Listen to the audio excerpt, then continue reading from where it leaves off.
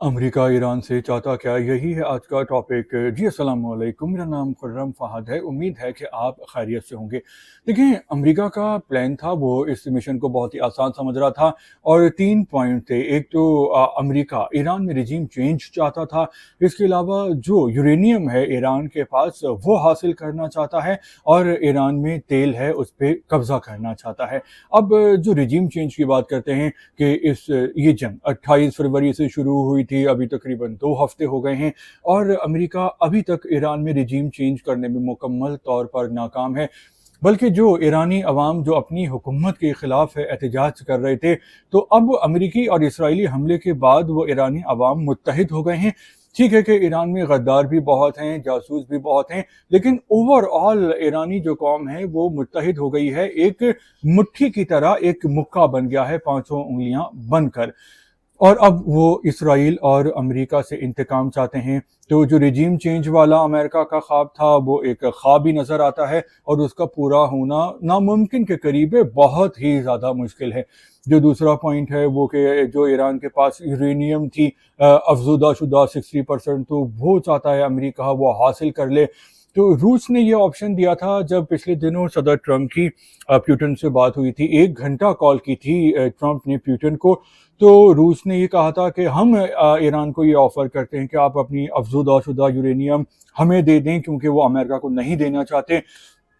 और ईरान इतना बड़ा है, यानी पाकिस्तान से भी तकरीबन दुगना बड़ा है, पहाड़ी इलाका है, और ईरान ने वो यूरेनियम कहाँ छुपाई हुई है ये किसी को भी नहीं मालूम। तो अमेरिका कैसे तलाश करेगा, ये भी बहुत ही ज़्यादा मुश्किल नज़र आता है।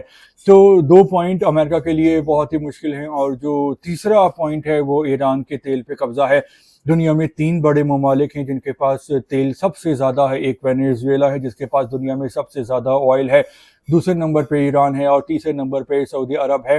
तो जो वेनेजुएला है उस पे अमेरिका एक तकरीबन नाम नेहाद कब्जा कर चुका है कि उनके सदर मादुरो को अगवा कर लिया था, और अब जो हुकूमत है वो डरी हुई है और वो ट्रंप की बात मान रही है।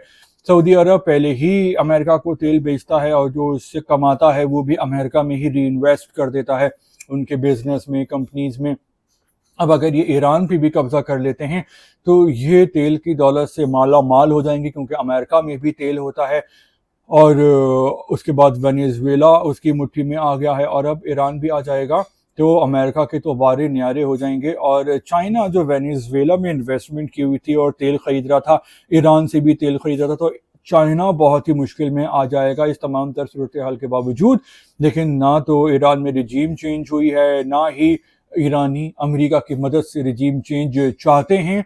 तो बहुत ही मुश्किल नज़र आती है कि अमेरिका जो है वो अपने फ़ौजी भेजे ईरान में, क्योंकि इतनी बड़ी कंट्री है, 9 साढ़े 9 करोड़ वहाँ की आवाम है। अगर अमेरिकी फ़ौजी वहाँ पे जाएंगे तो वहाँ पर जाने के बाद अमेरिकी फ़ौजियों पे हमले हो सकते हैं और ईरान उनका कब्रिस्तान बन सकता है। पहले ही वियतनाम में अमेरिका ने बहुत नुकसान उठाया है, अफ़गानिस्तान में बहुत नुकसान उठाया है। तो ईरान में फ़ौजी भेजना जो है वो जलती पे तेल का काम होगा।